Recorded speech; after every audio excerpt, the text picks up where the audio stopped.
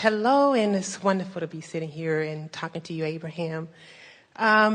First, I would like to start off by saying thank you. Thank you for the service that you bring, the inspiration. 5 years ago, when I was first introduced to you and your friends and all of your work, I was not the person then that I am now. And I have to give that thanks to you and others like you who got me to this point, who got me into the vortex.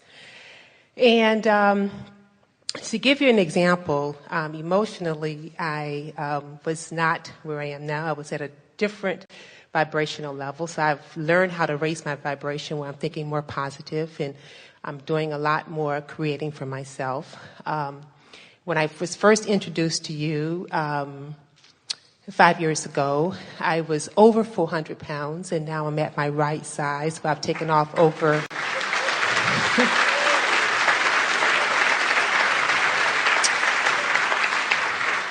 Thank you. We want to jump in just really briefly for something that we started to say a minute ago, and now we just can't stop ourselves.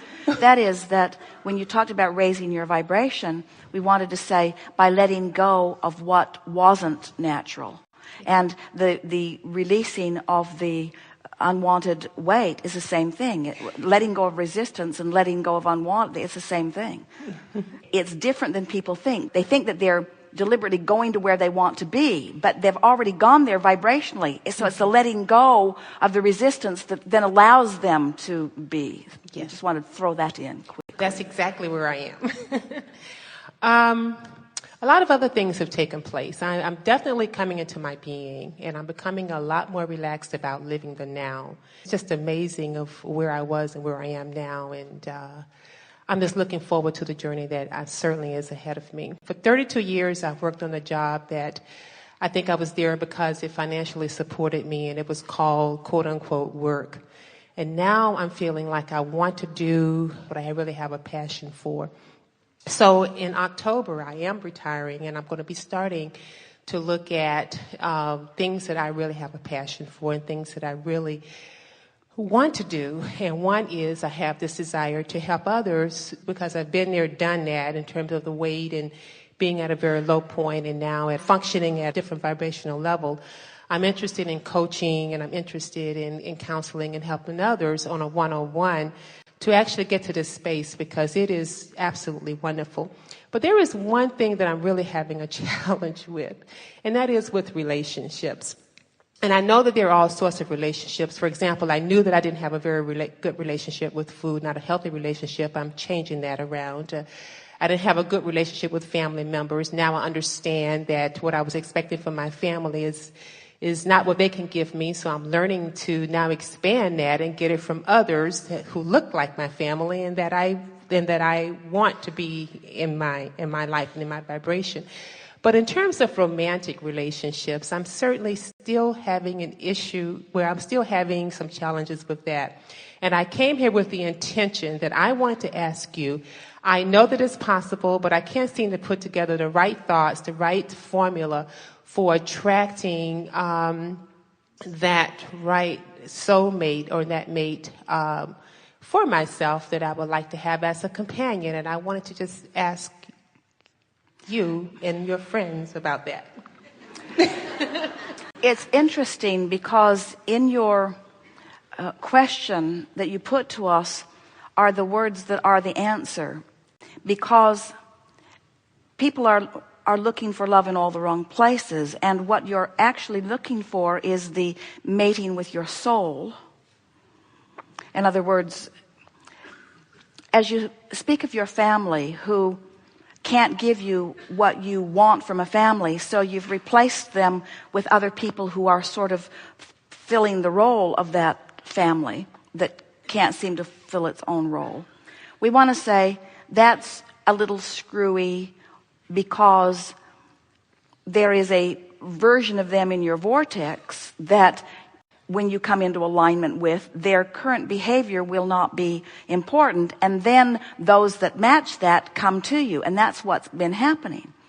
Now, the way that you quickly get to where you want to be on any subject, whether it's physical weight or physical well-being or financial well-being or relationship with a lover well-being or relationship with a family well-being, the way you get to where you want to be, and this sounds really funny to people who are standing there in the absence of something that they want, is by making peace with what is. Because when you make peace with what is, you change the vibrational frequency of it. When you make peace with it, you don't push against it. The thing that's interesting about all of this is that law of attraction is what's amassing the vibrational relationship anyway. People say it takes two to tangle, or two to tango, or two to have a fight, or two to have an argument. And what that's all about is law of attraction is bringing you together, and so you have to do something about shifting your vibration, because law of attraction is going to bring you to a rendezvous point with whatever and whoever is a vibrational match to you. So it's easy to talk with you about this because you've just had such wonderful success relative to a lot of things in your life.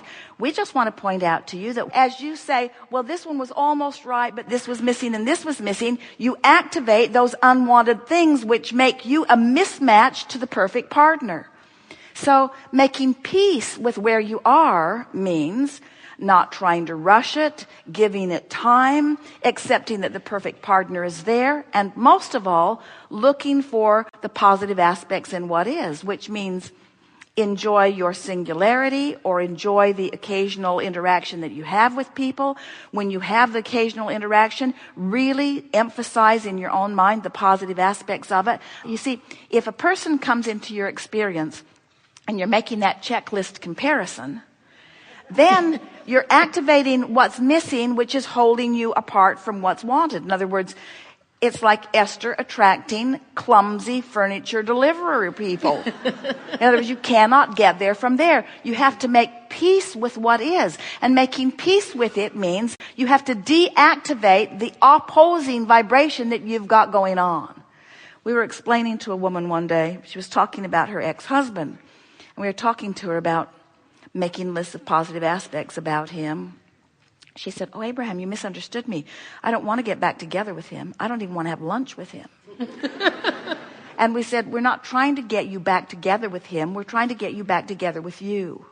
So we're not trying to get you to line up with a perfect partner. We're trying to get you to line up with your soulmate. We're trying to get you to mate with your soul. We're trying to get you to become a vibrational match to the relationship that you've been putting here over a long period of time that is there vividly. And as you feel the satisfaction of that, then it must come. So, for example, did you feel the satisfaction that the audience felt on your behalf as you talked about what's been taking place over 5 years? They felt satisfaction for you because they knew you reached to a new place. And when you explained your success, those loving people listening in felt the satisfaction, and it wasn't even their experience. Can you imagine the satisfaction that you feel when you want something and you find a way to align with it, you see? I felt the same satisfaction when I raised my hand and I had the intention of coming up here, and it immediately happened. Satisfaction is intending and receiving. But the thing that we want you to understand, you see, here it is. You wanted to lose the weight and did. So the manifestation was satisfying. You wanted to raise your hand and get in the chair and did. So the manifestation was satisfaction. We want you to reach for the pre-manifestational satisfaction, which is what emotional satisfaction is. In other words, be satisfied for the feeling of it. Be satisfied for the thought. Jerry and Esther have a dear friend whose mother said often when someone offered something to her, she would say, "I will take the thought for the deed." And so Jerry and Esther's friend Audrey began saying that to them occasionally. I will take the thought for the deed. And it's Esther's favorite thing to say, because so many people would like to take them to dinner, or would like to show them their home, or would like to take them someplace special, or would like to honor them in some way. And there's just not time for all of that. And Esther will say, I will take the thought for the deed. She takes satisfaction just from the idea of it, even though the manifestation of it cannot be. There's not enough time to accommodate all that is coming, but there is enormous satisfaction in the idea of it, you see. So as you take satisfaction from the idea of remembering that you are a deliberate creator, you take satisfaction from knowing that your vortex is a reality and that it exists. As you take satisfaction from knowing that it has to be, that it's a done deal. You take satisfaction from knowing that eventually it will be, and not that long. You take satisfaction from knowing that you can feel your way there, and you take satisfaction from the good life you're living and the wonderful balance you feel, and the good life that's unfolding, and you make peace with it as it is, making long lists of the positive aspects of where you are. You release the resistance, which is the only thing that ever keeps you from complete satisfaction. So let's say what satisfaction is the absence of resistance, which allows the alignment with the fullness of your creation. I so understand exactly what you're saying. Yes, you do. I really do. And I've learned how to love myself a lot better. I am so satisfied where I am now. And so much more coming for you. Yes. We've enjoyed this interaction immensely. Good time for a segment of lunch.